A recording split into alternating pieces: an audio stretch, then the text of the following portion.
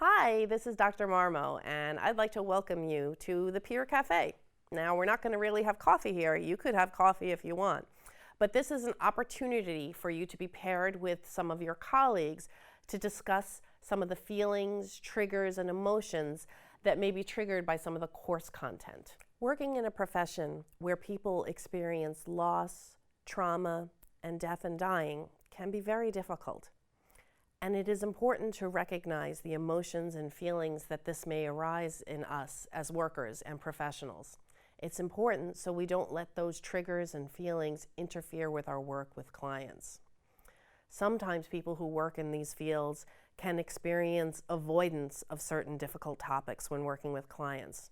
That's why we want you to understand these feelings and these emotions and these triggers now and to process them so it doesn't interfere with your work. Sometimes people even experience burnout in this field or even secondary trauma.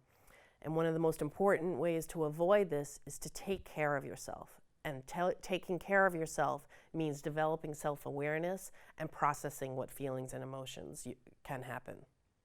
So taking care of yourself and recognizing your feelings, thoughts, and emotions and triggers can really help you process this work and even make this work more meaningful so that you can be present with the work. So in this Peer Cafe, we will be assigning you worksheets, and the worksheets are for you to explore different topics and emotions and feelings that may arise when talking about loss and death and dying. We will not ask you about the content of these worksheets. That will be up to you, whether you share some of it or you don't. We're going to ask you to just write a reaction to it and discuss it with your colleagues. And you can share as much as you want, or you can share just a little and be there as a support to your other colleagues.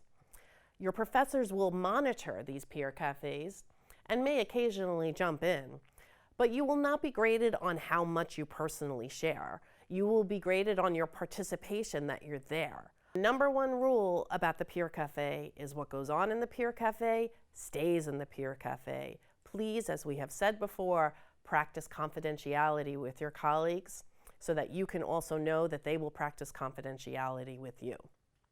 And in addition to the feelings and emotions and reactions that you process here in the Peer Cafe, please make sure to, at the end of your processing, also reflect on how this impacts your social work practice and how learning these topics will make you a better social worker.